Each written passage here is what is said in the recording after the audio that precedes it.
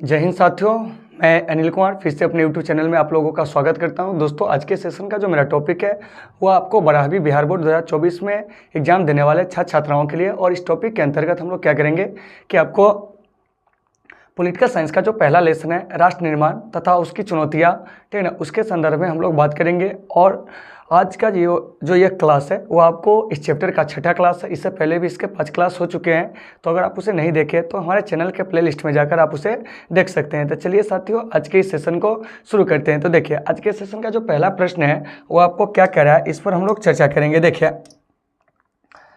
क्या कह रहा है, ध्यान से समझिएगा। आज के सेशन का यह पहला जो है आपको टॉपिक है। देखिए कह रहा है कि भारत ने दूसरा सफल परमाणु परीक्षण जो है आपको कब किया था, यही आपसे पूछा जा रहा है। ऑप्शन ए कह रहा है 1971, ऑप्शन बी 1974, ऑप्शन सी जो है 1980 और ऑप्शन डी कह रहा है आपको 1998। तो देखिए, तो भारत ने जो दूसरा सफल परमाणु परीक्षण किया था वो आपको 1998 में। तो देखिए, तो ये जो 1998 में परमाणु परीक्षण हुआ था उस समय हमारे देश के जो प्रधानमंत्री थे वह आपको अटल बिहारी वाजपेयी जी थे। कौन थे? अटल बिहारी वाजपेयी जी थे। इन चीज़ों को आपको अच्छे से याद रखना है। फिर यहाँ से एक प्रश्न पूछा जाएगा कि बताइए कि ये जो दूसरा परमाणु परीक्षण है यह आपको कहाँ हुआ था। तो ये भी बात आप याद रखेंगे कि यह आपको पोखरण में हुआ था। पोखरण बोले तो ये आपको राजस्थान में कहाँ है? राजस्थान में। तो इन चीज़ों को आपको अच्छे से याद रखना है कि पोखरण जो है वह कहाँ है, तुम क्या कहेंगे? राजस्थान में। फिर यहाँ से एक बात आएगी कि दूसरे परमाणु परीक्षण का जो कोड था वो आपको क्या था। तो देखिए, दूसरे परमाणु परीक्षण का जो कोड था वह था आपको शक्ति 98। क्या था? शक्ति 98। और यह NTPC आपको 2016 में जो एग्जाम हुआ था उसमें यह पूछा गया था कि दूसरे परमाणु परीक्षण का जो कोड था वो क्या था, तो हम क्या कहेंगे? तो शक्ति आपको 98। तो इन सभी चीज़ों को साथियों आपको अच्छे से याद रखना है। फिर कभी कभी ये भी प्रश्न पूछ लिया जाएगा कि बताइए कि दूसरा परमाणु परीक्षण जो है डेट के साथ वो आपको कब हुआ था। तो याद रखिएगा कि आपको 11 और 13 मई 1998 को क्या हुआ था कि आपको दूसरा परमाणु परीक्षण जो है वो आपको हुआ था। यानी कि टोटल इसमें आपको 5 विस्फोट किए गए थे, ठीक है ना। 11 और 13 मई दोनों डेट को मिलाकर जो है आपको क्या है कि टोटल 5 विस्फोट जो थे वो आपको किए गए थे। तो इन चीज़ों को आपको याद रखना है। और भारत ने जो भी परमाणु परीक्षण किया था, ठीक है ना, वो आपको भूमिगत हुआ था। कैसे हुआ था? भूमिगत हुआ था। तो साथियों इन चीज़ों को भी आपको अच्छे से क्या करना है, याद रखना है, ठीक है ना। तो फिर यहाँ से एक प्रश्न और आएगी कि भारत ने जो पहला परमाणु परीक्षण किया था वो आपको कब किया था। तो देखिए, तो भारत ने जो पहला परमाणु परीक्षण किया था साथियों याद रखिएगा, ठीक है ना, क्योंकि ऐसे क्वेश्चन भी तो आपसे पूछा जा सकता है। तो देखिए, तो भारत में जो पहला परमाणु परीक्षण हुआ था वह आपको 18 मई 1974 को, याद रखिएगा कब हुआ था? 18 मई 1974 को। डेट के साथ आपको याद रखना है। देखिए, दोनों जो था आपको मई के महीना में ही क्या है कि आपको हुआ था। तो अगर आपसे क्वेश्चन पूछा जाए कि बताइए कि भारत ने पहला परमाणु परीक्षण कब किया था, तो आप क्या कहोगे? 18 मई 1974 को। तो फिर यहाँ से एक चीज़ और आएगा कि आपको पहला परमाणु परीक्षण कहाँ हुआ था। तो यह भी आपको पोखरण में हुआ था। कहाँ हुआ था? पोखरण में। और पोखरण बोले तो इसका मतलब हो जाएगा आपको राजस्थान। क्या हो जाएगा? राजस्थान। और जिला पूछेंगे तो हो जाएगा आपको जैसलमेर। क्या हो जाएगा? जैसलमेर। तो इन चीज़ों को आपको अच्छे से याद रखना है। और पहले परमाणु परीक्षण के समय जो आपको प्रधानमंत्री थी वो आपको कौन थे जानते हैं? तो आपको श्रीमती इंदिरा गांधी। कौन थी? श्रीमती इंदिरा गांधी। तो इन चीज़ों को भी आपको अच्छे से याद रखना है। तो कभी कभी क्वेश्चन पूछ लिया जाएगा कि पहले परमाणु परीक्षण के समय प्रधानमंत्री, तो आप क्या कहोगे? श्रीमती इंदिरा गांधी। और एक चीज़ याद रखिएगा कि श्रीमती इंदिरा गांधी को हम लोग आयरन लेडी ऑफ इंडिया के नाम से भी क्या करते हैं कि आपको जानते हैं। तो देखिए, तो ऐसे क्वेश्चन भी आपके एग्जाम में पूछे जा सकते हैं। तो इस चीज़ को याद रखिएगा कि आयरन लेडी क्या है? आयरन लेडी, ठीक है ना, क्योंकि ये सब आपके एग्जाम में पूछे जाने वाले क्वेश्चन है। तो आयरन लेडी ऑफ क्या कहेंगे जानते हैं? आपको इंडिया। क्या है? इंडिया। तो वह आपको इंदिरा गांधी को क्या होता है कि आपको कहा जाता है। तो इन चीज़ों को आपको साथियों अच्छे से क्या करना है कि आपको याद रखना है। तो अगर मैं आपसे क्वेश्चन पूछूं कि बताइए कि आयरन लेडी ऑफ इंडिया किसे कहा जाता है, तो आप क्या कहोगे? श्रीमती इंदिरा गांधी को। देखिए, और इसमें और भी डेट है। क्या है? और भी डेट है जिसे आपको याद रखना है। जैसे देखिए, एक डेट है आपको 1980। क्या है? 1980। तो देखिए 1980 में क्या हुआ था कि इंदिरा गांधी के द्वारा आपको क्या हुआ था कि 6 बड़े बैंकों का जो था वो आपको राष्ट्रीयकरण किया गया था। तो याद रखिएगा कि 6 बड़े जो आपको बैंकों है उसका राष्ट्रीयकरण जो हुआ था वो आपको कब हुआ था जानते हैं? तो आपको 1980 में डेट था इसका 15 अप्रैल क्या जानते हैं? तो आपको 1980 तक देखिए कभी कभी क्वेश्चन पूछ लिया जाता है कि इंदिरा गांधी ने दूसरी बार बैंकों का राष्ट्रीयकरण कब किया था, तो जब वह आपको 1980 में सत्ता में आई थी तब, ठीक है ना। तो इन चीज़ों को आपको अच्छे से याद रखना है। तो क्वेश्चन पूछा जाएगा तो 6 बड़े बैंकों का राष्ट्रीयकरण तो आप कहोगे 15 अप्रैल 1980 को। तो इन चीज़ों को आपको अच्छे से याद रखना है। और इंदिरा गांधी जो है दोबारा जो सत्ता में लौटी थी, कब लौटी थी जानते हैं? तो वो आपको 1980 में, और 1980 से 1984 तक जो थी वो आपको पद पर जो थी आपको बनी रही थी। और 1984 में इंदिरा गांधी की हत्या हो जाती। फिर यहाँ से एक चीज़ और याद रखिएगा कि 1980 में ही, ठीक है ना, आपको 6 अप्रैल का दिन था। क्या था? 6 अप्रैल का दिन था। तो 6 अप्रैल 1980 को क्या होता है कि आपको भाजपा का जो होता है आपको गठन होता है। यह दुनिया की सबसे अधिक सदस्य वाली क्या है कि आपको पार्टी है। तो इन चीज़ों को आपको अच्छे से याद रखना है। तो यहाँ से कभी कभी प्रश्न ये भी पूछ लिया जाएगा कि बताइए कि अटल बिहारी वाजपेयी, इसके अलावा मुरली मनोहर जोशी, ठीक है ना, इसके अलावा आपको लाल कृष्ण आडवाणी, ये सभी लोग जो थे वो क्या थे जानते हैं? तो आपको भारतीय जनता पार्टी के क्या थे कि आपको संस्थापक थे। तो कभी कभी प्रश्न पूछ लिया जाता है कि भारतीय जनता पार्टी के पहले अध्यक्ष कौन थे? तो देखिए बीजेपी के जो पहले अध्यक्ष थे वो आपको अटल बिहारी वाजपेयी थे। क्या थे? अटल बिहारी वाजपेयी। मतलब कि संस्थापक अध्यक्ष अगर पूछा जाए तो कौन हो जाएगा? तो अटल बिहारी वाजपेयी जी। और अटल बिहारी वाजपेयी जी साथियों अपने जीवन काल में जो है आपको 3 बार जो थे आपको प्रधानमंत्री बने थे। पहली बार आपको 13 दिन के लिए, दूसरी बार 13 माह के लिए, और तीसरी बार जो बने थे ना वह आपको पूर्ण कार्यकाल था। तो एक टर्म का जो 5 वर्ष का कार्यकाल होता है उन्होंने क्या किया था कि आपको पूरा किए थे। और एक चीज़ और याद रखिएगा कि आपको एनडीए गठबंधन की ओर से प्रधानमंत्री बनने वाले जो पहले व्यक्ति थे वो आपको कौन थे जानते हैं? तो एनडीए गठबंधन की ओर से प्रधानमंत्री बनने वाले जो पहले व्यक्ति थे वह आपको अटल बिहारी वाजपेयी जी ही थे। इन सभी चीज़ों को याद रखना है। फिर आपको 1971, तो 1971 में क्या हुआ था? तो इन चीज़ों को आप समझिए। 1971 में भारत में क्या हुआ था कि आपको आम चुनाव हुआ था, और उस आम चुनाव में इंदिरा गांधी जो है क्या हुई थी कि फिर आपको सत्ता में फिर से बहुमत में क्या हुई थी कि आपको लौटी थी। और 1971 के चुनाव में ही साथियों नारा दिया गया था, क्या जानते हैं इंदिरा गांधी के द्वारा? गरीबी हटाओ। क्या है? गरीबी हटाओ का जो नारा है, क्या है? गरीबी हटाओ का नारा, ठीक है ना। तो याद रखिएगा कि ये जो आप देख रहे हैं गरीबी हटाओ का नारा, तो ये गरीबी हटाओ का जो नारा दिए थे वो कौन दिए थे जानते हैं? तो आपको इंदिरा गांधी ने। कब दिए थे? तो 1971 के चुनाव में। और इनके जो विपक्षी थे उन्होंने नारा दिया था, क्या जानते हैं? कि आपको इंदिरा को हटाओ। किसको हटाओ? इंदिरा को हटाओ। तो इन सभी चीज़ों को आपको साथियों अच्छे से क्या करना है? याद रखना है। तो उम्मीद है कि सभी साथियों को ये सारे चीज़ें होंगे समझ में आ गए होंगे। तो वहीं 51 नंबर प्रश्न आपका कह रहा है कि भारत ने दूसरा सफल परमाणु परीक्षण कब किया था? तो हम क्या कहेंगे जानते हैं? तो आपको 1998 में। और पहला कहेंगे तो आपको 1974 में। तो इन चीज़ों को याद रखना है। तो प्रश्न जो दिया गया है इसके हिसाब से आपका जो आंसर हो जाएगा वो आपको डी हो जाएगा। क्या हो जाएगा? डी हो जाएगा। उम्मीद है कि सभी लोगों को सारे चीज़ें होंगे समझ में आ गए होंगे। चलिए साथियों अब हम लोग चलते हैं अगले प्रश्न की ओर। हमारा जो अगला प्रश्न है वो क्या कर रहा है इस पर हम लोग बात करेंगे। देखिए चलो आ जाओ भाई साहब, अगला प्रश्न देखिए। अगला प्रश्न जो है हमारा वो क्या कर रहा है इस पर हम लोग सबसे पहले चर्चा करते हैं। देखिए कह रहा है, चलिए प्रश्न को सबसे पहले इस तरफ रख देते हैं, ठीक है ना। इस तरफ रखना ज़्यादा उचित नहीं है। चलिए तो इसको हम लोग यहाँ पे क्या है ला देते हैं। फिर हम लोग इसका क्या करेंगे कि आपको एनालिसिस करेंगे। उम्मीद है कि सभी लोगों को दिख रहे होंगे, ठीक है ना। देखिए क्या कह रहा है, कह रहा है कि एशियाई क्षेत्रीय मंच का जो संबंध है वो आपको किस संगठन से, ठीक है ना।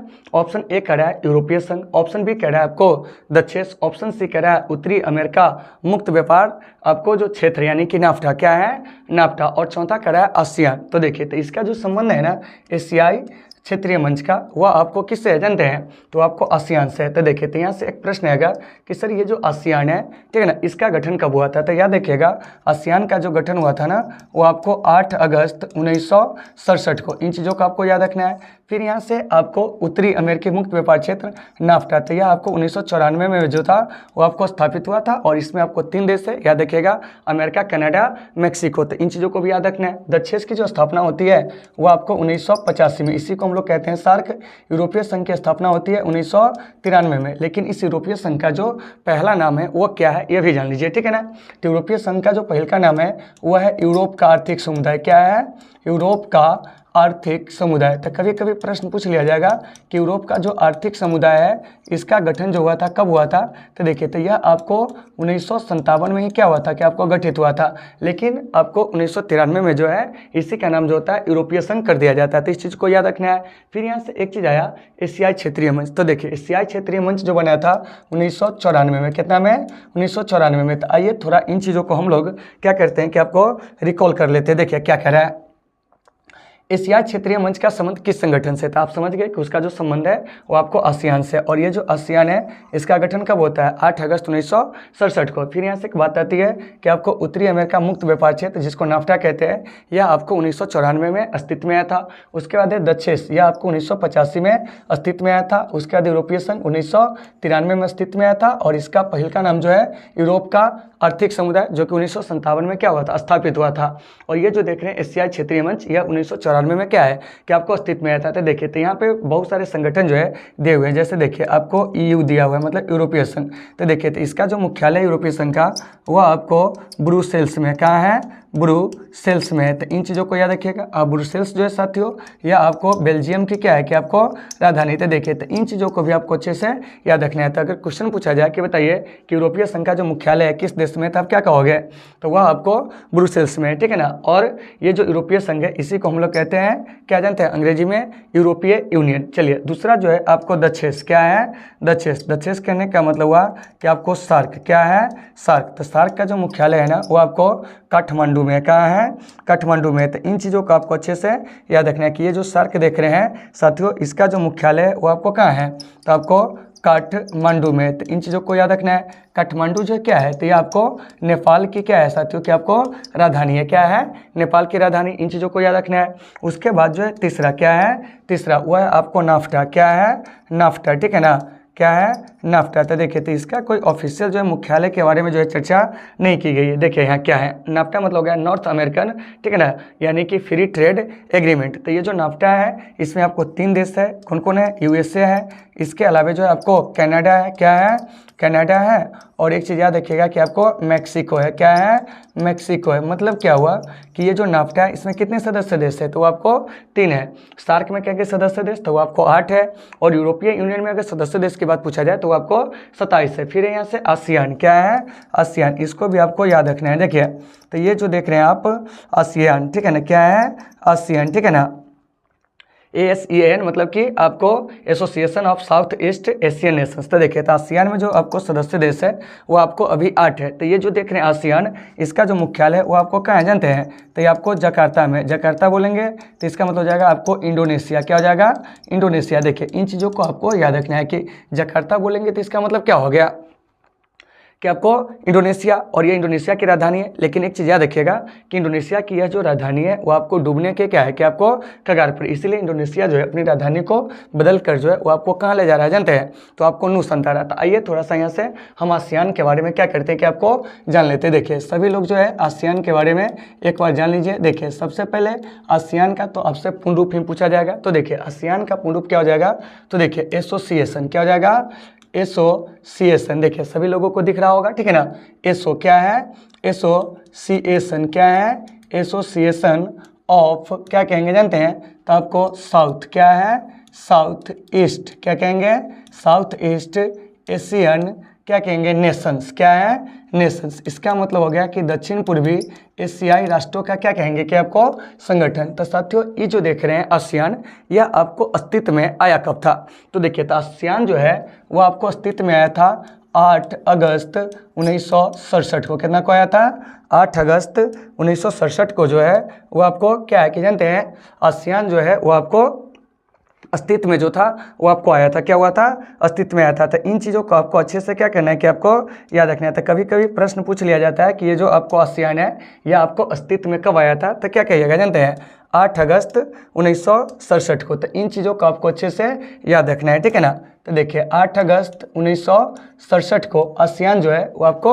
अस्तित्व में आया था। फिर यहाँ से कभी कभी क्वेश्चन पूछ लिया जाएगा कि आसियान का जो मुख्यालय है वो आपको कहाँ है, तो याद रखिएगा आसियान का जो मुख्यालय है ना वो आपको जकार्ता में, कहाँ है, जकार्ता में, ठीक है ना। जकार्ता कहाँ है, तो ये आपको इंडोनेशिया में। फिर यहाँ से एक बात आती है कि आसियान में जो आपको सदस्य देश है वो कितने हैं, तो देखिए आसियान के अगर हम सदस्य देश की बात करते हैं तो वो हो जाएगा आपको कितना जानते हैं, 10। तो इसके 10 जो आपको सदस्य देश है उसको हम याद कैसे रखेंगे, तो इसके लिए आपको एक छोटा सा ट्रिक याद रखना है। क्या ट्रिक याद रखना है, तो देखिए इस फिल्म में क्या याद रखना है आपको, बस देखिए इतना चीज़ याद रखना है। इस क्या है, इस फिल्म में, देखिए पूरा याद रखिएगा, इस फिल्म में क्या है, इस फिल्म में आधा हम रख देते हैं, ठीक है ना। इस फिल्म में, ठीक है ना, कथावी क्या है, कथावी ब्रुनेई है, क्या है, ब्रुनेई है, ठीक है ना। इन चीज़ों को खाली आपको केवल याद रखना है, पूरा याद हो जाएगा, ठीक है ना। देखिए क्या कह रहा है कि इस फिल्म में क्या है, तो आपको कथावी ब्रुनेई है। बस यहाँ से आपको इतना चीज़ अगर याद रख लेते हैं तो सारा का सारा चीज़ जो है आपको समझ में आ जाएंगे कि इसमें कौन कौन से देश है। तो देखिए तो एक साथ इसको याद रखिएगा, उसके बाद जो है आपको फिल्म को याद रखना है, क्या है, फिल्म को याद रखना है। में आपको अलग रहेगा, कथावी एक साथ हो जाएगा, ठीक है ना।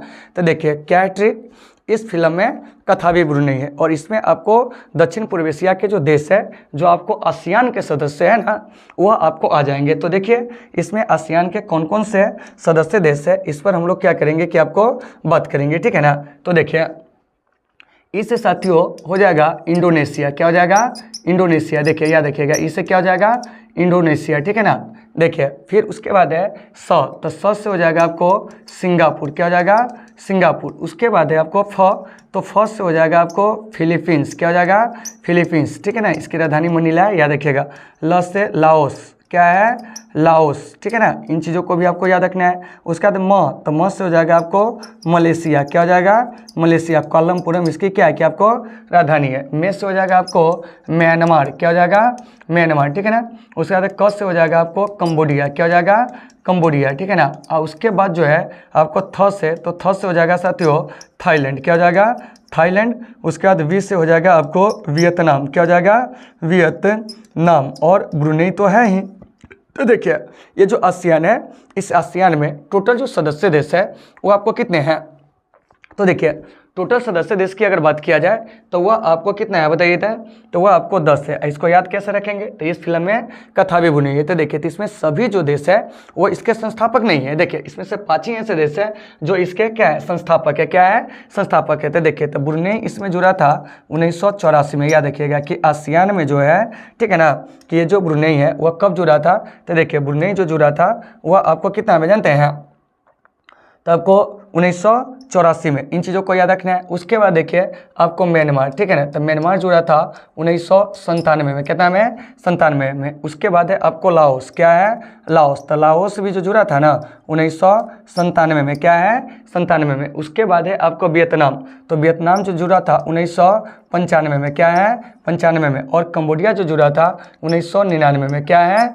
1999 में। तो देखिए तो ये जो भी देश है वो देख रहे हैं कि 5 गो देश इसमें बाद में जुड़ा था, जिसमें सबसे पहले कौन जुड़ा था, तो आपको ब्रुनेई आपको 1984 में। उसके बाद है 1997 में म्यांमार और लाओस। उसके बाद है कंबोडिया 1999 में और वियतनाम 1995 में। तो बाकी जो शेष देश बच गए ना वहीं इसके क्या जानते हैं कि आपको संस्थापक जो है वो आपको सदस्य देश है। तो इन चीज़ों को भी आपको अच्छे तरीके से क्या करना है, याद रखना है। तो वहीं आपका प्रश्न कर रहा है कि ये जो आप देख रहे हो एशियाई क्षेत्रीय मंच, इसका संबंध जो है किस संगठन से है, तो साथियों एशियाई क्षेत्रीय मंच का जो संबंध है ना वह आपको किससे जानते हैं, तो वह आपको आसियान से, किससे है, आसियान से। और आसियान में जो सदस्य देश है वो आपको कितने हैं, तो याद रखिएगा कि आसियान में सदस्य देश जो है वो आपको 10 है। उत्तरी अमेरिकी मुक्त व्यापार क्षेत्र अर्थात नाफ्टा में जो है वह आपको कितने हैं जानते हैं, तो वह आपको यानी कि 3 है। उसके बाद है दक्षिण में सदस्य देश, तो वह आपको 8 है, क्या है, 8 है। तो इन चीज़ों को याद रखना है। और यूरोपीय संघ में पूछेंगे तो वह आपको 27 है, क्या है, 27 है। तो इन सभी चीज़ों को आपको अच्छे से याद रखना है। और इसका मुख्यालय कहाँ कहाँ है, तो ऐसे क्वेश्चन भी आपके एग्जाम में आते हैं। तो यूरोपीय संघ का मुख्यालय पूछेंगे तो आपको बेल्जियम की राजधानी ब्रुसेल्स में है। सार्क का मुख्यालय तो आपको काठमांडू नेपाल में है। ये जो नाफ्टा है इसमें सदस्य देश याद रखिएगा 3 है, यूएसए यानी अमेरिका, कनाडा, मैक्सिको। आसियान में अगर सदस्य देश पूछेंगे तो आपको 10 है। और इसकी जो क्या एजेंट हैं आपको मतलब कि मुख्यालय वो आपको क्या एजेंट है तो आपको जकार्ता इंडोनेशिया में। और इंडोनेशिया जो है अपनी राजधानी को क्या कर रहा है कि आपको चेंज कर रहा है, तो इसकी जो नई राजधानी होगी ना वो आपको कहाँ होगी जानते हैं, तो इंडोनेशिया की जो नई राजधानी होगी वो आपको नू संतारा होगा। तो देखिए तो ये जो 52 नंबर प्रश्न है ना इसका सही आंसर साथियों डी हो जाएगा। क्या हो जाएगा, डी हो जाएगा। तो उम्मीद है कि सभी साथियों को ये सारे चीज़ होंगे समझ में आ गए होंगे। तो चलिए साथियों अब चलते हैं हम लोग अगले प्रश्न की ओर। देखिए हमारा जो अगला प्रश्न है वो आपको क्या कर रहा है इस पर हम लोग चर्चा करते हैं। देखिए सभी लोग पहले प्रश्न को समझिए क्या कह रहा है। देखिए कह रहा है कि शिमला समझौता पर 3 जुलाई 1972 को क्या है कि किसके द्वारा जो था वो आपको हस्ताक्षर जो था वो आपको किया गया था। यही प्रश्न जो है आपसे पूछा जा रहा है। देखिए इसे ध्यान से समझिएगा, ठीक है ना। देखिए सभी लोगों को दिख रहे होंगे। देखिए क्या कह रहा है, प्रश्न को समझिएगा। कह रहा है कि शिमला समझौता पर 3 जुलाई 1972 को किसके द्वारा आपको हस्ताक्षर किए गए थे। ऑप्शन ए कह रहा है जुल्फिकार अली भुट्टो और आपको इंदिरा गांधी। उसके बाद है अटल बिहारी वाजपेयी और चीन के प्रधानमंत्री जवाहरलाल नेहरू और कोसी जिन, इनमें से कोई नहीं। तो इसका सही आंसर हो जाएगा साथियों ए, ठीक है ना। कौन, तो आपको जुल्फिकार अली भुट्टो और इसके बाद जो हो जाएंगे इंदिरा गांधी। तो देखिए तो जुल्फिकार अली भुट्टो जो थे वह आपको पाकिस्तान के क्या थे कि आपको राष्ट्रपति थे। तो इन चीज़ों को आपको याद रखना है। तो कभी कभी क्वेश्चन पूछ लिया जाएगा कि जुल्फिकार अली भुट्टो का जो संबंध है वह कहाँ से है, तो याद रखिएगा जुल्फिकार क्या है, जुल्फिकार अली भुट्टो, ठीक है ना। देखिए इनके बारे में कुछ जान लीजिए, ठीक है ना। जुल्फिकार अली भुट्टो इसका जो संबंध है वो आपको पाकिस्तान से, कहाँ से है, पाकिस्तान से। और यही पाकिस्तानी जो राष्ट्रपति था वो आपको शिमला समझौता पर क्या किया था कि आपको हस्ताक्षर किया था। देखिए जुल्फिकार अली भुट्टो को 1977 में क्या होता है कि आपको गिरफ्तार कर लिया जाता है और 1979 में जो होता है, ठीक है ना, आपको जियाउल हक के द्वारा जो होता है इन्हें फांसी जो होता है दे दिया जाता है। तो इन चीज़ों को भी आपको अच्छे से याद रखना है। तो कहेंगे सर जुल्फिकार अली भुट्टो को फांसी क्यों दी जाती है, तो देखिए 1971 के जो एक चुनाव रहते हैं, चुनाव कहते हैं, युद्ध रहते हैं, उसमें आपको पाकिस्तान की क्या होती है, हार होती है। दूसरी बात कि ऐसा अनुमान लगाया जाता है कि जुल्फिकार अली भुट्टो जो है 1977 के चुनाव में क्या करते हैं कि आपको मतलब कि भ्रष्टाचार करते हैं। तो इसी से जो उस समय के सेना प्रमुख रहते हैं जो आपको जुल्फिकार अली भुट्टो के द्वारा ही चुने गए रहते हैं, जिसका नाम रहता है जियाउल हक, उसी ने क्या किया था जानते हैं कि आपको जुल्फिकार अली भुट्टो को जो होता है वो आपको कैद करवाता है और बाद में जो होता है आपको फांसी जो होता है इन्हें दे दिया जाता है 1979 में। तो इन चीज़ों को भी आपको याद रखना है। तो देखिए तो ये जो देख रहे हैं शिमला समझौता यह आपको 1971 के युद्ध के बाद हुआ था। किसके बाद हुआ था, 1971 में जो आपको भारत पाक युद्ध हुआ था। क्या हुआ था, भारत पाक युद्ध हुआ था। इसी के बाद आपको शिमला समझौता जो होता है 3 जुलाई 1972 को होता है और इस पर हमारे आयरन लेडी इंदिरा गांधी और पाकिस्तान के राष्ट्रपति जो होते हैं जुल्फिकार अली भुट्टो वो क्या करते हैं कि आपको हस्ताक्षर करते हैं। तो इन चीज़ों को आपको अच्छे से याद रखना है। और 1971 के भारत पाक युद्ध में पाकिस्तान के जो थे वो आपको 93,000 सैनिकों ने क्या किया था कि आपको भारतीय सैनिक के सामने जो था आत्मसमर्पण किया था। और यह दुनिया का सबसे बड़ा जो है साथियों वह आपको सैनिक आत्मसमर्पण है। तो इन चीज़ों को भी आपको अच्छे से क्या करना है, याद रखना है। तो उम्मीद है कि सारे लोगों को ये समझ में आ गए होंगे। तो देखिए तो कुछ समझौते हैं और उस समझौते पर आपको हस्ताक्षर करने वाले लोग कौन कौन है इसके बारे में जान लीजिए। तो देखिए तो सबसे पहले एक चीज़ याद रखिएगा, पंचशील समझौता। क्या है, पंचशील समझौता। देखिए पॉलिटिकल में क्वेश्चन सब अक्सर आपको पूछे जाते हैं। तो देखिए तो ये जो पंचशील समझौता है ये आपको 29 अप्रैल क्या है, 29 अप्रैल 1954 को जो है वो आपको हुआ था। और इस पर हस्ताक्षर करने वाले जो व्यक्ति है उसमें आपको एक जो है भारतीय प्रधानमंत्री जिनका नाम है पंडित जवाहरलाल नेहरू। क्या कहेंगे, पंडित जवाहरलाल नेहरू, ठीक है ना। इन चीज़ों को याद रखिएगा। और चीन के जो प्रधानमंत्री है उसका नाम जो था आपको चाओ एन लाई। क्या है, चाओ एन लाई। तो इन चीज़ों को भी आपको अच्छे से साथियों क्या करना है कि आपको याद रखना है। तो कभी कभी क्वेश्चन पूछ लिया जाता है कि पंचशील समझौता पर किसने हस्ताक्षर किया था, तो भारतीय प्रधानमंत्री पंडित जवाहरलाल नेहरू और आपको चीन के प्रधानमंत्री चाओ एन लाई। चलिए उसके बाद है आपको अगला याद रखिएगा, दूसरा वह आपको ताशकंद समझौता। देखिए इसके बारे में भी आपके एग्जाम में क्वेश्चन पूछे जाते हैं। तो देखिए ये जो आपको ताशकंद समझौता है, क्या है, ताशकंद ताशकंद समझौता। तो देखिए साथियों, ताशकंद समझौता हुआ कब था? तो देखिए ताशकंद समझौता जो है वह आपको 10 जनवरी 1966 को हुआ था। क्या हुआ था? 10 जनवरी 1966 को जो होती है वो आपको क्या होती है जानते हैं कि आपको ताशकंद समझौता जो होता है वो आपको होता है। इस बात को आपको याद रखना है। और इस ताशकंद समझौता पर हस्ताक्षर करने वाले जो भारतीय प्रधानमंत्री थे उनका नाम था आपको श्री लाल बहादुर शास्त्री। क्या कहेंगे? श्री लाल बहादुर शास्त्री। ठीक है ना, इन चीज़ों को आपको याद रखना है। और एक तरफ जो था पाकिस्तानी राष्ट्रपति जिसका नाम था आपको अयूब खान। क्या है? अयूब खान। तो इन चीज़ों को आपको अच्छे से याद रखना है। देखिए, तो ये जो आपको ताशकंद समझौता है 1965 के भारत पाक युद्ध के बाद क्या हुआ था कि आपको हुआ था। तो इन सभी चीज़ों को साथियों आपको अच्छे से क्या करना है? याद रखना है। और जहाँ भी दिक्कत हो आप लोग कमेंट करके बताओगे और आपकी हर एक समस्या का समाधान करने का प्रयास किया जाएगा। तो उम्मीद है साथियों कि सभी लोगों को ये जो 53 नंबर प्रश्न है ये समझ में आ गए होंगे कि शिमला समझौता पर किसने हस्ताक्षर किया था। तो क्या कहेंगे? जुल्फिकार अली भुट्टो। और आपको इंदिरा गांधी। क्या है? इंदिरा गांधी। तो इन चीज़ों को आपको अच्छे से क्या करना है? याद रखना है। ठीक है ना, तो उम्मीद है सभी लोगों को ये समझ में आ गए होंगे। इसका सही आंसर जो होगा 53 नंबर प्रश्न का वो आपको ए हो जाएगा। क्या हो जाएगा? ए हो जाएगा। चलिए अब हम लोग चलते हैं अगले प्रश्न को। देखिए अगला प्रश्न हमारा क्या कह रहा है इस पर हम लोग बात करेंगे। देखिए अभी जस्ट इसको क्या कहते हैं कि आपको समझाए थे। देखिए कह रहा है कि 1974 में भारत ने अपना पहला परमाणु परीक्षण जो है वो आपको कहाँ किया था। यही प्रश्न आपसे पूछा जा रहा है। उम्मीद है कि सभी लोगों को प्रश्न जो होंगे वो आपको दिख रहे होंगे। अगर नहीं दिख रहे होंगे तो थोड़ा सा इसको क्या कहते हैं कि आपको बड़ा कर देते हैं। देखिए क्या कह रहा है, समझिए। कह रहा है साथियों कि 1974 में भारत ने अपना पहला परमाणु परीक्षण जो है वो आपको कहाँ किया था। तो देखिए भारत जो है अपना पहला परमाणु परीक्षण जो किया था वो आपको पोखरण में। कहाँ किया था? पोखरण में। तो ये जो पहला परमाणु परीक्षण है साथियों डेट के साथ याद रखिएगा 18 मई 1974 को हुआ था। कहाँ? तो राजस्थान के पोखरण में। क्या कहेंगे? राजस्थान के पोखरण में जो है पहला परमाणु परीक्षण जो है वो आपको हुआ था। तो इस परमाणु परीक्षण का कोड क्या था? तो इस परमाणु परीक्षण का कोड था साथियों आपको स्माइलिंग बुद्धा। क्या था?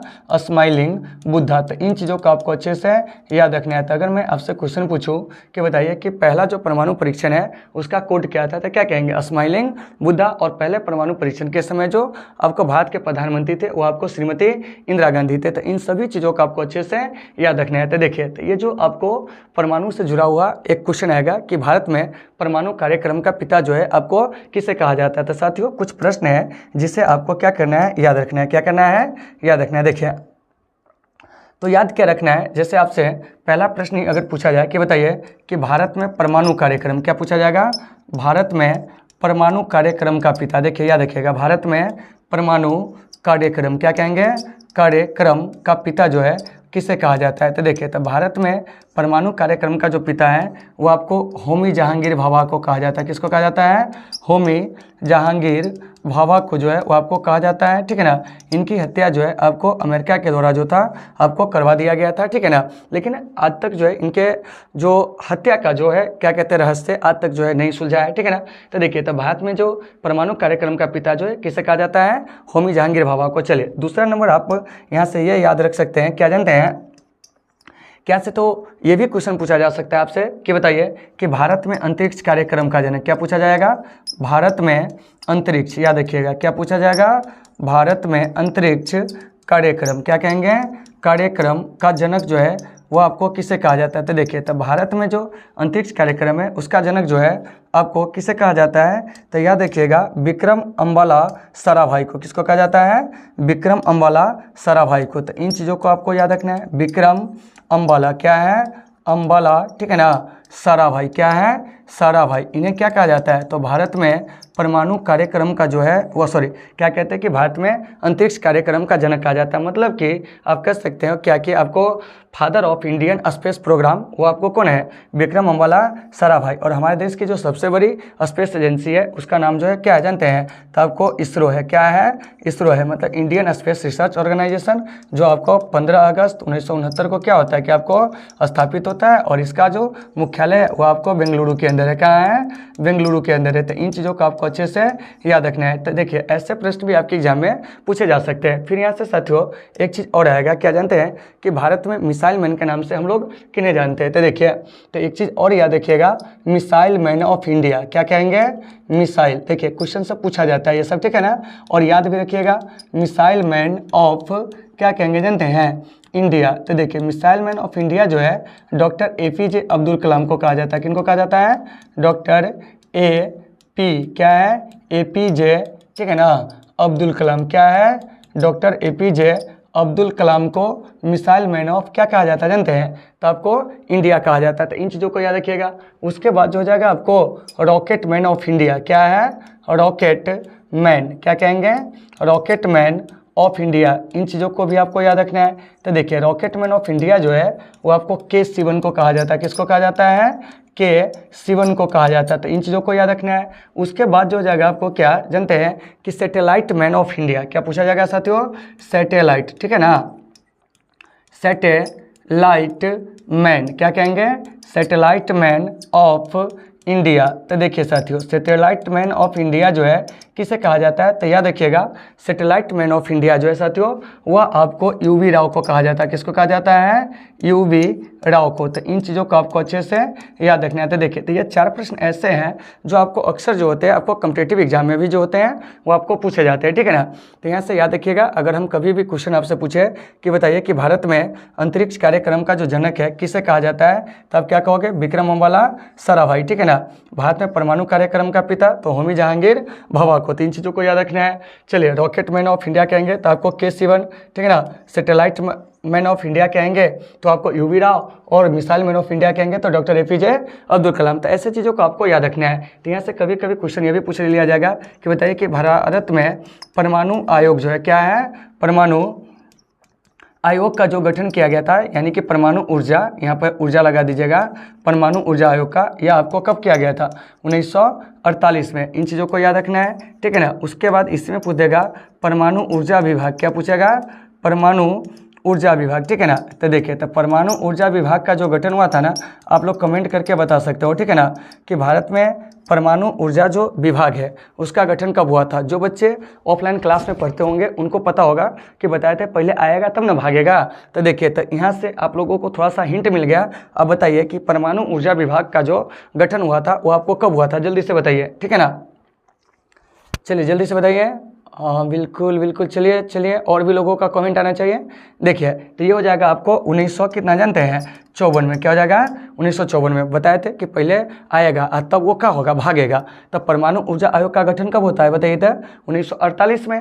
आप परमाणु ऊर्जा विभाग का कहेंगे तो क्या हो जाएगा जानते हैं, तो आपको 1954 में। तो आज हमारे देश में परमाणु ऊर्जा के क्षेत्र में काम करने वाली जो सबसे बड़ी संस्था है वो आपको बार्क है। क्या है, बार्क है। यानी कहने का मतलब हुआ कि आपको भाभा एटॉमिक रिसर्च जो आपको क्या है सेंटर है, वह हमारे देश में क्या है कि परमाणु ऊर्जा के क्षेत्र में काम करने वाली सबसे बड़ी एजेंसी है। वहीं अगर हम पूछेंगे कि आपको अंतरिक्ष के क्षेत्र में तो हो जाएगा इसरो, यानी इंडियन स्पेस रिसर्च ऑर्गेनाइजेशन। तो साथियों इन सभी चीज़ों को आपको अच्छे से याद रखना है। तो देखिए तो आपका प्रश्न जो है डायरेक्ट क्या कर रहा है यह समझिए, ठीक है ना।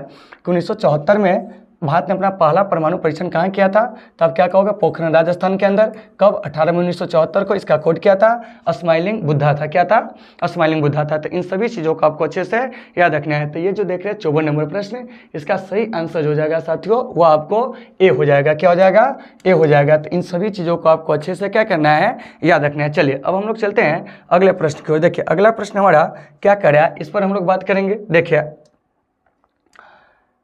कह रहा है कि 1952 से 1967 तक भारत में किस राजनीतिक दल का जो था आपको प्रभुत्व जो था वो आपको रहा था। यही प्रश्न जो है आपसे क्या किया जा रहा है कि आपको पूछा जा रहा है। देखिए सभी लोग ध्यान दीजिए, क्या कह रहा है, 1952 से 1967 तक भारत में किस राजनीतिक दल का प्रभुत्व रहा था। देखिए बीजेपी, जनता दल, कांग्रेस, शिवसेना। क्या है, शिवसेना। तो इसका सही आंसर हो जाएगा आपको कांग्रेस। क्या हो जाएगा, कांग्रेस। तो देखिए तो ये जो कांग्रेस पार्टी है इसका 1952 से लेके 1967 तक जो था आपको क्या था जानते हैं, कि आपको मतलब कि भारतीय राजनीति में इसका वर्चस्व रहा। इसलिए इसको कहा गया एकल आधिपत्यशाली। क्या कहा गया, एकल आधिपत्य। क्या है, आधिपत्यशाली। क्या है, शाली। दलीय व्यवस्था। क्या है, दलीय व्यवस्था। तो देखिए तो यहाँ से आप इसे याद रखेंगे कि आपको आखिरकार प्रथम परिणाम चुनाव में कांग्रेस को इतनी बड़ी सफलता मिली, तो उसके पीछे कारण क्या था। तो कांग्रेस जो है हमारे देश की सबसे प्राचीन पार्टी थी। लोगों के लिए यह क्या था कि आपको एक ट्रस्ट वाली पार्टी थी, क्योंकि लोगों को विश्वास था कि कांग्रेस की वजह से ही हमें क्या मिला, कि आपको आज़ादी मिली। पहला कारण तो यह है। दूसरा जो था आपको पंडित जवाहरलाल नेहरू का जो था वो आपको चमत्कारी जो था आपको व्यक्तित्व था, ठीक है ना, इसकी वजह से भी कांग्रेस को लगातार सफलता मिलती रही। तीसरा था कि उस समय कांग्रेस को टक्कर देने वाली कोई जो अन्य पार्टी थी उतनी आपको क्या थी कि स्ट्रांग नहीं थी, इस वजह से कांग्रेस को जो था प्रथम 3 आम चुनाव में जो था वो आपको काफ़ी बड़ी सफलता मिली थी। तो वहीं कह रहा है कि 1952 से 67 तक भारत में किस तरह की दलीय व्यवस्था थी, तो आप क्या कहोगे जानते हैं? तो कहेंगे आपको एकल आधिपत्यशाली, और उसमें किस दल का वर्चस्व रहा था, तो आपको कांग्रेस का। फिर यहाँ से एक बात आती है कि ये जो बीजेपी है, इस बीजेपी का गठन कब हुआ था, तो देखिए तो 6 अप्रैल 1980 को। तो इन चीज़ों को आपको अच्छे से याद रखना है। फिर है आपको जनता पार्टी, तो जनता पार्टी का गठन जो हुआ था 1977 में, तो इन चीज़ों को याद रखना है। और शिवसेना जो है महाराष्ट्र का एक आपको क्षेत्रीय पार्टी है, इसका गठन होता है 1966 के अंदर। क्या है? 1966 के अंदर। तो इन चीज़ों को आपको साथियों अच्छे से क्या कहना है कि आपको याद रखना है। तो देखिए तो कांग्रेस से कुछ क्वेश्चन जो है आपके एग्जाम में जो है साथियों पूछे जा सकते हैं। क्या है? पूछे जा सकते हैं, ठीक है ना। हाँ, और एक चीज़ याद रखिएगा कि अभी हमारे देश में जो राष्ट्रीय दल की संख्या है वो आपको 6 है। क्या है? 6 है। तो ऐसे चीज़ों को भी आपको अच्छे से क्या करना है, याद रखना है। तो देखिए तो यहाँ से कांग्रेस से क्या प्रश्न आएगा जानते हैं कि कांग्रेस का गठन कब हुआ था। तो देखिए तो साथियों कांग्रेस का अगर गठन कब आता है तो वो हुआ था आपको 1885 में। क्या हुआ था? 1885 में। फिर यहाँ से एक प्रश्न और आएगा कि कांग्रेस का जो गठन हुआ था 1885 में, इसके जो संस्थापक थे क्या थे? संस्थापक। देखिए तो इसके संस्थापक जो थे ना वो आपको ए.ओ. ह्यूम थे। कौन थे? ए.ओ. ह्यूम। देखिए ऐसे चीज़ भी पूछे जा सकते हैं, याद रखिएगा कि कांग्रेस के संस्थापक कौन थे? ए.ओ. ह्यूम, ठीक है ना। और ए.ओ. ह्यूम जो थे आपको ब्रिटिश प्रशासनिक सेवा के एक क्या थे कि आपको मतलब सेवानिवृत्त अधिकारी थे, मतलब रिटायर अधिकारी थे। इन्होंने कांग्रेस को स्थापित किया था 1885 में। तो फिर यहाँ से एक बात और आएगी कि ए.ओ. ह्यूम का पूरा नाम क्या है, तो आपको एलन ऑक्टेवियन ह्यूम। फिर यहाँ से एक चीज़ आएगा कि कांग्रेस के जो प्रथम महासचिव थे वो कौन थे। तो देखिए तो कांग्रेस के जो प्रथम महासचिव थे वो अभी आपको ए.ओ. ह्यूम थे। कौन थे? ए.ओ. ह्यूम थे। तो कभी कभी क्वेश्चन पूछ लिया जाएगा कि बताइए कि कांग्रेस के जो प्रथम महासचिव थे वो आपको कौन थे। तो देखिए तो कांग्रेस के जो प्रथम महासचिव थे वो आपको ए.ओ. ह्यूम थे। तो इन चीज़ों को आपको अच्छे से याद रखना है। फिर है कि कांग्रेस के जो आपको प्रथम अध्यक्ष थे वह कौन थे। तो याद रखिएगा कांग्रेस के प्रथम अध्यक्ष अगर पूछा जाए तो वो हो जाएगा आपको व्योमेश चंद्र बनर्जी। क्या हो जाएगा? व्योमेश चंद्र बनर्जी। इन्हीं को हम लोग कहते हैं डब्ल्यू.सी. बनर्जी। क्या है? डब्ल्यू.सी. बनर्जी। तो देखिए ऐसे क्वेश्चन आपके एग्जाम में पूछे जा सकते हैं। फिर यहाँ से एक प्रश्न और आएगी, क्या जानते हैं कि कांग्रेस के प्रथम मुस्लिम अध्यक्ष, क्या पूछा जाएगा? प्रथम मुस्लिम अध्यक्ष। तो साथियों कांग्रेस के जो प्रथम मुस्लिम अध्यक्ष थे ना वो आपको कौन थे जानते हैं, तो वो आपको बदरुद्दीन तैयब जी। कौन थे? बदरुद्दीन। क्या है? बदरुद्दीन क्या कहेंगे जानते हैं, तो आपको तैयब जी। क्या है? तैयब जी कांग्रेस के क्या थे जानते हैं, तो आपको प्रथम मुस्लिम अध्यक्ष थे। तो इन चीज़ों को आपको अच्छे से याद रखना है। फिर कांग्रेस के प्रथम अंग्रेज अध्यक्ष, क्या है? कांग्रेस के प्रथम अंग्रेज अध्यक्ष। तो देखिए तो कांग्रेस के प्रथम अंग्रेज अध्यक्ष जो थे वो आपको जॉर्ज यूल थे। कौन थे? जॉर्ज यूल थे। तो इन चीज़ों को भी आपको अच्छे से याद रखना है। देखिए ऐसे क्वेश्चन सब आपके एग्जाम में पूछे जाते हैं। फिर यहाँ से पूछा जाएगा प्रथम पारसी अध्यक्ष। तो कांग्रेस के जो प्रथम पारसी अध्यक्ष थे वो आपको कौन थे जानते हैं, तो वे आपको दादा भाई नौरोजी थे। कौन थे? दादा भाई नौरोजी। तो ऐसे क्वेश्चन भी आपके एग्जाम में आते हैं। दादा भाई नौरोजी जिन्होंने poverty and un British rule in India नामक जो पुस्तक थे वो आपको क्या किए थे कि आपको लिखे हुए थे। फिर यहाँ से आएगा कि कांग्रेस के जो है आपको प्रथम जो है आपको महिला अध्यक्ष। तो देखिए कांग्रेस के प्रथम महिला अध्यक्ष की बात आएगी तो वो हो जाएंगे आपको एनी बेसेंट। कौन हो जाएंगे? Annie Besant. याद देखिएगा कि प्रथम महिला अध्यक्ष तो आपको एनी बेसेंट। कौन है? Annie Besant. तो देखिए ऐसे चीज़ों को भी आपको याद रखना है। इसमें पूछ देंगे प्रथम भारतीय महिला अध्यक्ष तो वो हो जाएंगे आपको सरोजिनी नायडू। मतलब कि वह महिला जो भारत में जन्मी और कांग्रेस की अध्यक्ष बनी थी तो वह थी आपको सरोजिनी नायडू। कौन थी? सरोजिनी नायडू। तो साथियों ऐसे चीज़ों को भी आपको अच्छे से क्या करना है, याद रखना है। तो उम्मीद है कि सारे लोगों को ये सभी चीज़ होंगे समझ में आ गए होंगे। तो वहीं आपका प्रश्न कर रहा है कि 1952 से 1967 तक जो है भारत में किस राजनीतिक दल का प्रभुत्व रहा था, तो हम क्या कहेंगे जानते हैं? कांग्रेस का। क्या है? कांग्रेस का, ठीक है ना। और 1952 से 1967 तक की जो भारतीय राजनीति है उसको कहते हैं हम लोग एकल आधिपत्यशाली दलीय व्यवस्था। तो इन सभी चीज़ों को आपको अच्छे से क्या करना है, याद रखना है। तो उम्मीद है कि सभी लोगों को ये समझ में आ गए होंगे। तो ये जो 55 नंबर प्रश्न है इसका सही आंसर सी हो जाएगा। क्या हो जाएगा? सी हो जाएगा। तो यहाँ पर जितने भी आपको डीप एनालिसिस किया जा रहा है आप इन सारे चीज़ों को क्या करोगे, अच्छे से याद रखोगे। चलिए अगले प्रश्न की ओर चलते हैं। अगला प्रश्न साथियों हमारा क्या कह रहा है इस पर हम लोग चर्चा करेंगे। देखिए तुम जो आए जिंदगी में बातें बन गई। चलिए देखिए क्या कर रहा है समझिएगा, ठीक है ना। हम मुस्कुराना भी तुम्हीं से सीखा है। आ जाइए, देखिए सीखा का याद आ रहा है भाई सब। देखिए यहाँ क्या कह रहा है, सुनिए। कह रहा है कि 1938 में जो है भारतीय राष्ट्रीय कांग्रेस की नियोजन समिति का गठन जो है किसने किया था। ऑप्शन ए कह रहा है महात्मा गांधी, जवाहरलाल नेहरू, सुभाष चंद्र बोस, जयप्रकाश नारायण। देखिए राष्ट्रीय नियोजन समिति के गठन की बात कर रही है साथियों। ये क्वेश्चन आपको 2018 में दरोगा के जो आपको मेंस होते हैं उस मेंस के अंदर यह पूछा गया था, बिहार दरोगा का, ठीक है ना। तो देखिए क्वेश्चन एकदम इजी है, लेकिन क्वेश्चन को यहाँ पर फंसा दिया गया है। देखिए क्या कह रहा है कि 1938 में भारतीय राष्ट्रीय कांग्रेस की नियोजन समिति का गठन किसने किया था। तो आपका आंसर हो जाएगा सुभाष चंद्र बोस, क्योंकि सुभाष चंद्र बोस जी जो थे 1938 में क्या थे, तो आपको कांग्रेस के अध्यक्ष थे। क्या थे 1938 में सुभाष चंद्र बोस जी जो थे वो आपको क्या थे, तो कांग्रेस के क्या कहिएगा जानते हैं, तो आपको अध्यक्ष थे। क्या थे, कांग्रेस के अध्यक्ष थे। तो इन बातों को आपको अच्छे से याद रखना है। उसके बाद है क्या जानते हैं, जवाहरलाल नेहरू जो थे इस राष्ट्रीय नियोजन समिति के क्या थे, कि आपको अध्यक्ष थे। क्या थे, अध्यक्ष थे। देखिए तो यहाँ से प्रश्न क्या पूछा जाएगा, अगर आपसे क्वेश्चन पूछा जाए सबसे पहले कि राष्ट्रीय नियोजन समिति का जो गठन था कांग्रेस के द्वारा कब हुआ था, 1938 के अंदर में होता है। और इसका गठन जो किए थे कौन, सुभाष चंद्र बोस जी ने। लेकिन इसका जो अध्यक्ष बनाया गया था राष्ट्रीय नियोजन समिति का, वो किससे बनाया गया था, तो पंडित जवाहरलाल नेहरू को। तो इन चीज़ों को आपको अच्छे से याद रखना है, ठीक है ना। फिर यहाँ से आया जयप्रकाश नारायण जी, तो इनका जो उपनाम है, ठीक है ना, वो सब आपको याद रखना है। जैसे आपको देखिए कि लोकनायक, क्या है, लोकनायक, ठीक है ना। लोकनायक के अलावा जो हो जाएगा आपको जननायक, क्या है, जननायक। ये सभी जो है किसे का, सॉरी जननायक में आएंगे तो वो आपको कर्पूरी ठाकुर, चलिए लिखा गया तो यहाँ पे भी जान लीजिए कि जननायक जो है वो आपको कर्पूरी ठाकुर जी को कहा जाता है। और लोकनायक जो है किन्हें कहा जाता है जानते हैं, तो आपको जयप्रकाश नारायण जी को। इसके अलावा जयप्रकाश नारायण जी को जेपी कहा जाता है। क्या है, जेपी कहा जाता है। इनके बचपन का जो नाम था साथियों वो आपको बाउल था। क्या था, बाउल था। तो ऐसे चीज़ों को भी आपको याद रखना है। फिर आपको महात्मा गांधी, तो महात्मा गांधी जो है कांग्रेस के अध्यक्ष जो बने थे 1924 में। इन चीज़ों को आपको याद रखना है। और एक ही बार बने थे बेलगांव अधिवेशन में। तो देखिए तो ऐसे क्वेश्चन सभी आपके एग्जाम में आएंगे तो आप इसे आसानी से क्लियर कर लोगे। तो वहीं कह रहा है 1938 में भारतीय राष्ट्रीय कांग्रेस की जो नियोजन समिति है उसका गठन किसने किया था, तो हम क्या कहेंगे जानते हैं, तो आपको सुभाष चंद्र बोस जी ने। सुभाष चंद्र बोस जी को हम लोग नेताजी के नाम से भी क्या कहते हैं, कि आपको जानते हैं, पंडित जवाहरलाल नेहरू, ठीक है ना। इन्हें जो है हम लोग क्या कहते हैं जानते हैं, तो आपको यानी कि चाचा जी के नाम से जानते हैं। महात्मा गांधी को कई सारी उपाधि जो है आपको दिया गया था। देखिए तो इन महापुरुषों के या तो जन्म दिवस और नहीं तो इनके जो पुण्यतिथि पे कुछ दिवस मनाए जाते हैं, उसके बारे में भी हम लोग क्या करते हैं कि आपको जानेंगे। क्या करेंगे, जानेंगे। तो जैसे देखिए महात्मा गांधी के जो आपको जन्म दिवस है वो कब है जानते हैं, तो 2 अक्टूबर। तो 2 अक्टूबर को जो होता है अंतर्राष्ट्रीय अहिंसा दिवस। क्या है, अंतर्राष्ट्रीय अहिंसा दिवस जो होते हैं वो आपको मनाया जाते हैं। तो इससे भी आपको याद रखना है। तो क्वेश्चन पूछा जाए कि अंतर्राष्ट्रीय अहिंसा दिवस कब मनाया जाता है, तो क्या कहिएगा, 2 अक्टूबर को। उसके बाद है आपको दूसरा 30 जनवरी, ठीक है ना। इसी दिन गांधी जी की हत्या हुई थी। तो 30 जनवरी को राष्ट्रीय शहीद दिवस मनाया जाता है। क्या है, राष्ट्रीय शहीद दिवस जो होते हैं वो आपको मनाया जाते हैं। तो इन चीज़ों को याद रखना है। उसके बाद जो है आपको पंडित जवाहरलाल नेहरू, इनके जन्म दिवस पर 14 नवंबर को जो होता है आपको बाल दिवस जो होते हैं वो आपको भारत में मनाए जाते हैं। तो ऐसे चीज़ को याद रखना है। उसके बाद है नेताजी सुभाष चंद्र बोस जी के जन्म दिवस, ठीक है ना, 23 जनवरी को।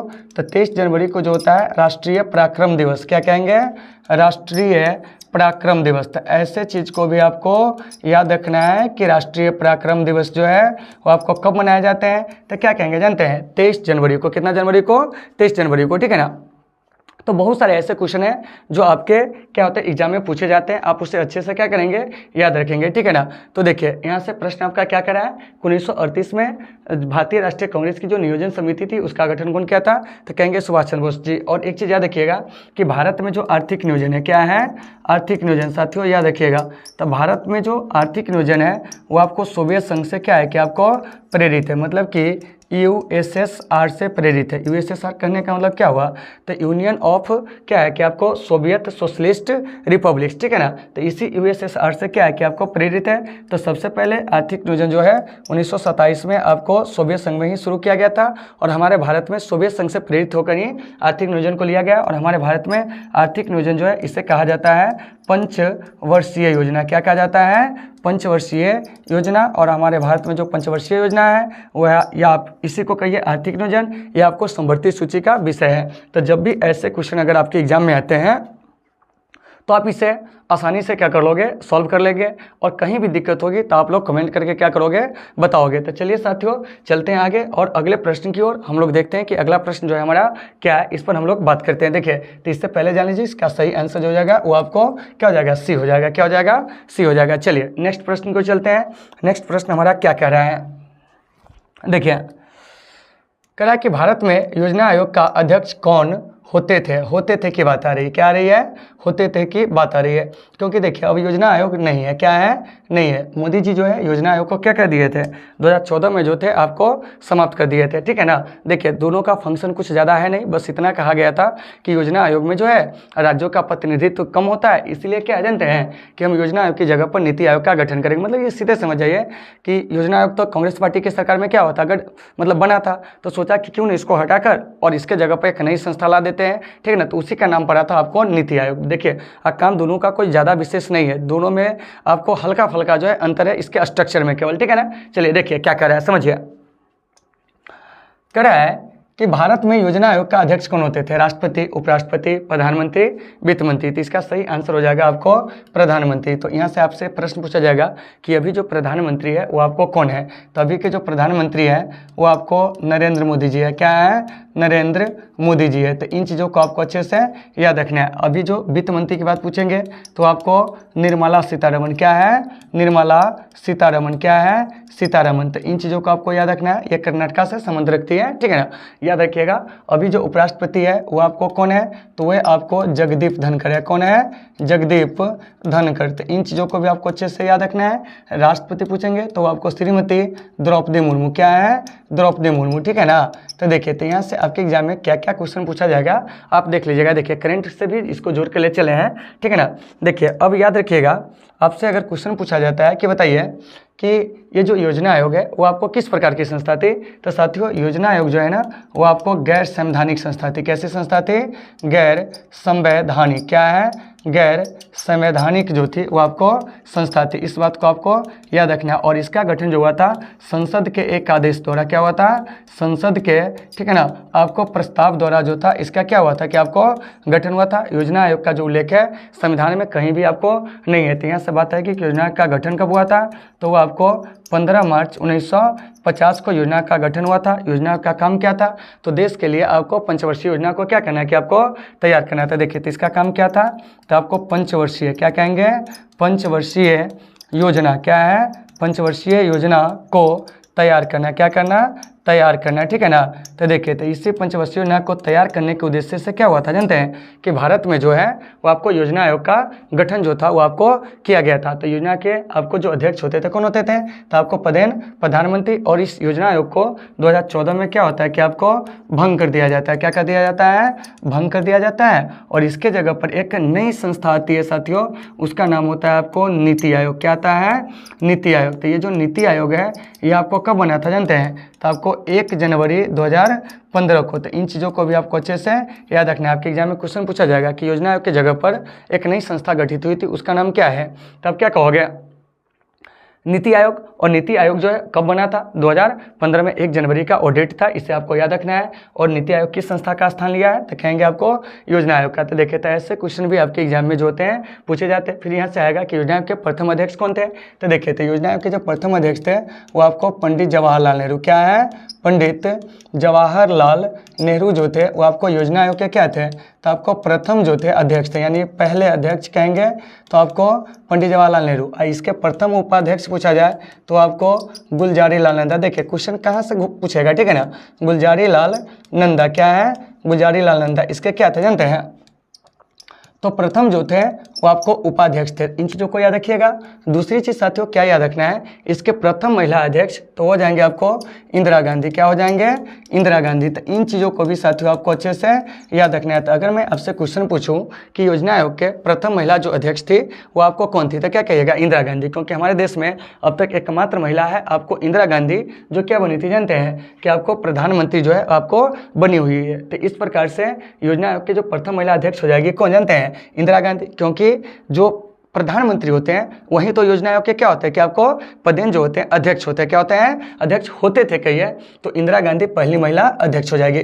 तीन बातों को याद रखना है। तो वहीं आपका प्रश्न जो है क्या कर रहा है कि भारत में योजना आयोग का अध्यक्ष कौन होते थे, तो हम क्या कहेंगे जानते हैं, आपको प्रधानमंत्री, ठीक है ना। अभी के प्रधानमंत्री याद रखिएगा नरेंद्र मोदी जी, ठीक है ना। वित्त मंत्री पूछेंगे निर्मला सीतारमण, उपराष्ट्रपति जगदीप धनखड़, ठीक है ना। राष्ट्रपति पूछेंगे तो श्रीमती द्रौपदी मुर्मू, दूसरी महिला राष्ट्रपति और पहले आदिवासी राष्ट्रपति देश के इतिहास का, ठीक है ना। तीन चीजों को आपको अच्छे से याद रखना है। तो 57 नंबर प्रश्न का सही आंसर जो हो जाएगा वह आपको सी, क्या हो जाएगा, सी हो जाएगा, ठीक है ना। चलिए आगे चलते हैं। अगला प्रश्न जो है हमारा वो क्या कर रहा है, आप लोग को तो यहाँ से भी अब दिखता होगा, देखिए क्या कर रहा है, समझिएगा इसे, ठीक है ना। मुस्कुराना भी तुम्हीं से सीखा है, आ जाइए क्या कह रहा है समझिए। उम्मीद है कि सारे लोगों को ये जो प्रश्न होंगे वो आपको समझ में आ गए होंगे, ठीक है ना। देखिए अब ये प्रश्न ही गायब हो गया भाई साहब, देखिए ये प्रश्न आपको कहाँ हो गया, हाँ देखिए ताशकंद समझौता जो है वो आपको कह रहा है, ठीक है ना।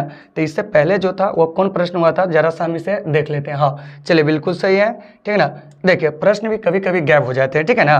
तो गैप प्रश्न को ढूंढ लेना है, क्या करना है, ढूंढ लेना है। उस तरफ से गैप हो जाता है, इसीलिए इसको पहले इस तरफ हम लोग क्या करते हैं कि आपको बड़ा कर लेते हैं और उसके बाद इसको इधर ले जाएंगे। देखिए अब समझिए, देखो सबसे पहला मेन चीज़ क्या है साथियों कि अभी हमको पैनल सही से चलाने ही नहीं आता है, ठीक है ना।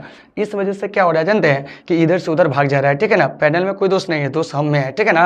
चलिए देखिए, लेकिन उम्मीद है सब कुछ सही कर लेंगे धीरे धीरे, ठीक है ना। बस आप लोग प्यार मोहब्बत जो है बनाए रखिए। देखिए क्या कह रहा है, ताशकंद समझौता 10 जनवरी 1966 को किनके द्वारा हस्ताक्षरित किया गया था। तो अभी बताए थे कि ताशकंद समझौता जो है उस पर हस्ताक्षर करने वाले जो आपको पाकिस्तानी राष्ट्रपति था अयूब खां और भारत के प्रधानमंत्री जो थे श्री लाल बहादुर शास्त्री जी। तो यहाँ से एक बात आती है, ताशकंद समझौता कब हुआ था, देखिए प्रश्न में ही दे दिया हुआ है 10 जनवरी 1966 को। कहाँ हुआ था, ताशकंद में। कहाँ हुआ था, ताशकंद में। देखो बाबू ये जो ताशकंद है ना, यह आपको उस समय USSR का क्या हुआ करता था, हिस्सा हुआ करता था। लेकिन अभी जो ये वर्तमान जो है ताशकंद, यह आपको उज्बेकिस्तान की क्या है कि आपको राजधानी है, क्या है, उज्बेकिस्तान की राजधानी है। देखिए मात्रा पे थोड़ा ध्यान दीजिएगा, जब वो संयुक्त होगा लिखा गया तब इसको क्या मिटाने जाए। देखिए तो ताशकंद जो है वर्तमान में क्या है, उज्बेकिस्तान की राजधानी है। इन चीज़ों को याद रखिएगा। अब देखिए ताशकंद समझौता करने गए थे आपको लाल बहादुर शास्त्री जी, और यहीं पे इनकी क्या हो जाती है जानते हैं, समझौता करने के बाद 11 जनवरी 1966 को इनकी क्या हो जाती है कि आपको आकस्मिक जो होती है आपको मृत्यु हो जाती है, ठीक है ना। तो देखिए तो लाल बहादुर शास्त्री जी की मृत्यु हुई थी या हत्या हुई थी, आज तक यह गुत्थी जो है नहीं सुलझ पाया है, ठीक है ना। तो लाल बहादुर शास्त्री जी की जो मृत्यु होती है ताशकंद में, और ये पद पे रहते हुए आपको मरने वाले दूसरे आपको प्रधानमंत्री थे, और पहले प्रधानमंत्री जिनकी मृत्यु आपको विदेश में हुई थी। तो ये जो ताशकंद समझौता है साथियों, यह आपको 1965 के क्या हुआ था जानते हैं, भारत पाक युद्ध के बाद हुआ था। किसके बाद हुआ था, 1965 के भारत पाक युद्ध के बाद हुआ था। 1965 के भारत पाक युद्ध के दौरान ही लाल बहादुर शास्त्री जी ने एक नारा दिए थे, जय जवान, क्या है, जय जवान, ठीक है ना, और आपको जय किसान, क्या है, जय किसान। तो याद रखिएगा कि जय जवान जय किसान का जो नारा दिए थे वो कौन दिए थे जानते हैं, तो वह आपको लाल बहादुर शास्त्री जी ने। और इन्हीं के समय में हरित क्रांति क्या हुई थी कि आपको शुरुआत हुई थी। तो देखिए तो हरित क्रांति की शुरुआत करने वाले जो प्रधानमंत्री थे वो आपको कौन थे जानते हैं, तो आपको लाल बहादुर शास्त्री जी थे। तो इन सभी चीज़ों को आपको अच्छे से याद रखिएगा, ठीक है ना। और लाल बहादुर शास्त्री जी ऐसे व्यक्ति थे जो नैतिकता के आधार पर रेल मंत्री के पद से सबसे पहले क्या किए थे कि आपको इस्तीफा दिए थे। तो कभी कभी क्वेश्चन पूछ लिया जाता है कि रेल दुर्घटना के कारण नैतिकता के आधार पर, ठीक है ना, इस्तीफा देने वाले जो पहले रेल मंत्री थे वह कौन थे। तो देखिए तो वे थे आपको लाल बहादुर शास्त्री जी। तो बहुत सारे क्वेश्चन इनके बारे में, ठीक है ना। अब देखिए अब यहाँ से और भी ऑप्शन दिया गया है, तो इस ऑप्शन से कोई प्रश्न बनने ही वाला नहीं है ना, तो यहाँ से भी इसका एनालिसिस करते। देखिए तो 58 नंबर प्रश्न का जो सही आंसर हो जाएगा ना साथियों, वो आपको ए हो जाएगा। मतलब ताशकंद समझौता 10 जनवरी 1966 को आपको क्या हुआ था जानते हैं, अयूब खां और लाल बहादुर शास्त्री के बीच हुआ था, मतलब भारत और पाकिस्तान के बीच हुआ था। तो इन चीज़ों को साथियों आपको अच्छे से क्या करना है, याद रखना है। तो उम्मीद है कि आप इन सभी चीज़ों को समझ गए होंगे। चलिए अब चलते हैं नेक्स्ट प्रश्न को। देखिए नेक्स्ट प्रश्न हमारा क्या कह रहा है, इस पर हम लोग बात करेंगे। देखिए कह रहा है कि मैकमोहन रेखा जो है वो आपको क्या है। तो देखिए तो मैकमोहन रेखा जो है ना, भारत और चीन के बीच की क्या है कि आपको सीमा रेखा है, क्या है, सीमा रेखा। देखिए दिख रहा होगा सभी लोगों को कि मैकमोहन रेखा क्या है, यही आपका प्रश्न है। तो देखिए अरे भाई तू कहाँ भाग रहे हो, आजा आजा, ये देखो देखो देखो, ये गलत बात है, थोड़ा सा प्यार से चलाओ इधर। हाँ क्या बात है, वैसंती बन जा, आजा। देखो यहाँ बाबू क्या कह रहा है समझिए, कह रहा है कि मैकमोहन रेखा जो है वो आपको क्या है। तो देखिए, तो ये जो मैकमोहन रेखा है ना, वह भारत और चीन के बीच की क्या है कि आपको सीमा रेखा। ऑप्शन नंबर सी जो है आपको सही है। तो फिर यहाँ से एक बात आती है कि सर ये जो मैकमोहन रेखा है इसका निर्धारण कब हुआ था। तो देखो बाबू, इसका जो निर्धारण हुआ था ना वो आपको 1914 में, कितना में हुआ था, 1914 में। तो देखिए, तो मैकमोहन रेखा का निर्धारण कहाँ हुआ था, तो ये आपको शिमला में, क्या है, शिमला में। और मैकमोहन रेखा का निर्धारण जो किया था, कौन किया था, सर हेनरी मैकमोहन ने। कौन किया था, सर हेनरी, क्या है, सर हेनरी मैकमोहन ने इसका क्या किया था जानते हैं, कि आपको निर्धारण किया था। ये जो चीन है इसको नहीं मानता है। फिर यहाँ से एक बात आएगी कि मैकमोहन रेखा जो है कहाँ, तो देखिए, तो यह आपको अरुणाचल प्रदेश में, कहाँ है, अरुणाचल प्रदेश में। तो इन चीज़ों को आपको अच्छे से याद रखना है। तो कभी कभी क्वेश्चन पूछ लिया जाएगा कि बताइए मैकमोहन रेखा जो है वो आपको किस राज्य में, अरुणाचल प्रदेश में। तो देखिए, तो भारत और चीन के बीच में एक और सीमा रेखा है जिसको हम लोग LAC के नाम से जानते हैं। किसके नाम से जानते हैं, LAC। तो देखो बाबू, LAC का मतलब होता है लाइन, क्या होता है, लाइन ऑफ एक्चुअल, क्या है, लाइन ऑफ एक्चुअल, क्या कहेंगे जानते हैं, कंट्रोल, क्या है, कंट्रोल। इसका मतलब हो गया वास्तविक नियंत्रण सीमा रेखा, ठीक है ना। तो ये जो LAC है, क्या है, LAC है, इसका जो निर्धारण हुआ था 1962 के भारत पाक युद्ध के बाद हुआ था। और यह जो LAC है वो कहाँ से गुजरती है, भारत के किन राज्य या केंद्र शासित प्रदेश होकर गुजरती है, ये भी जान लीजिए। मतलब आप सीधे समझ जाइए कि भारत और चीन के बीच में, ठीक है ना, कि कौन कौन भारतीय राज्य है जो चीन की सीमा को स्पर्श करता है, यह पूछा जा रहा है। तो देखिए, तो एक जो है आपको लद्दाख, क्या है, लद्दाख। लद्दाख के बाद जो हो जाएगा आपको हिमाचल प्रदेश, क्या हो जाएगा, हिमाचल प्रदेश। हिमाचल प्रदेश के बाद जो हो जाएगा वो आपको कौन हो जाएगा जानते हैं, तो वो आपको उत्तराखंड, क्या हो जाएगा, उत्तराखंड, क्या हो जाएगा, उत्तराखंड। मानचित्र पे इसको देखिएगा आप लोग, ठीक है ना। उसके बाद जो है आपको सिक्किम, क्या है, सिक्किम, ठीक है ना। और सिक्किम के बाद जो हो जाएगा वो आपको अरुणाचल प्रदेश, क्या है, अरुणाचल प्रदेश। तो देखिए, तो भारत के 4 राज्य जो है वो चीन की सीमा को क्या करता है कि आपको छूता है, 4 राज्य, और एक जो है आपको केंद्र शासित प्रदेश, क्या है, केंद्र शासित प्रदेश। तो देखिए, LAC जो है ना इन्हीं राज्यों के क्या है कि आपको बीच है, क्या है, बीच है। तो कभी कभी क्वेश्चन पूछ लिया जाएगा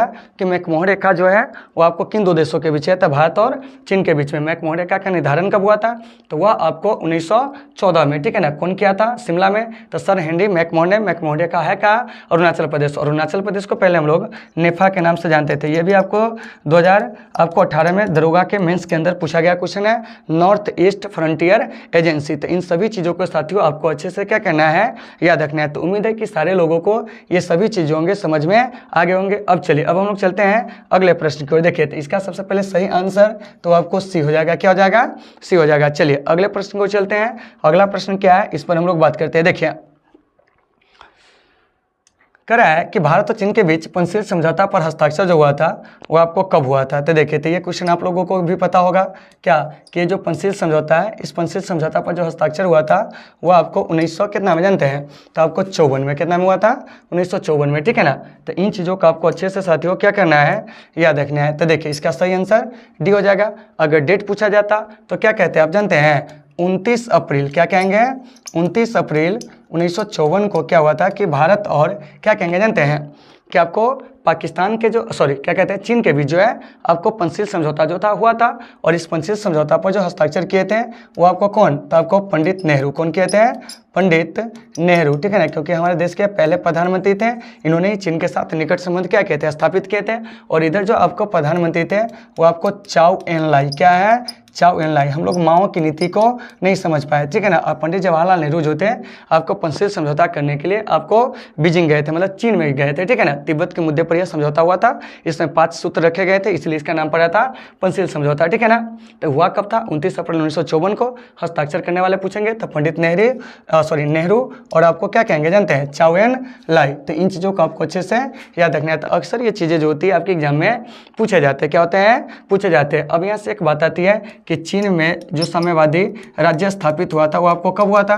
तो देखिए, तो चीन जो साम्यवादी राज्य बना था माओ के नेतृत्व में 1 अक्टूबर 1949 को। और जैसे ये बना उसके बाद क्या होता कि भारत जो है अपने पड़ोसी देश के चीन के साथ जो था निकट संबंध स्थापित कर लिया, जो हमारी एक बहुत बड़ी क्या थी कि आपको भूल थी। तो उम्मीद है साथियों कि आप सभी लोगों को ये चीज़ समझ में आ गए होंगे। तो ये जो 60 नंबर प्रश्न है इसका सही आंसर हो जाएगा डी हो जाएगा।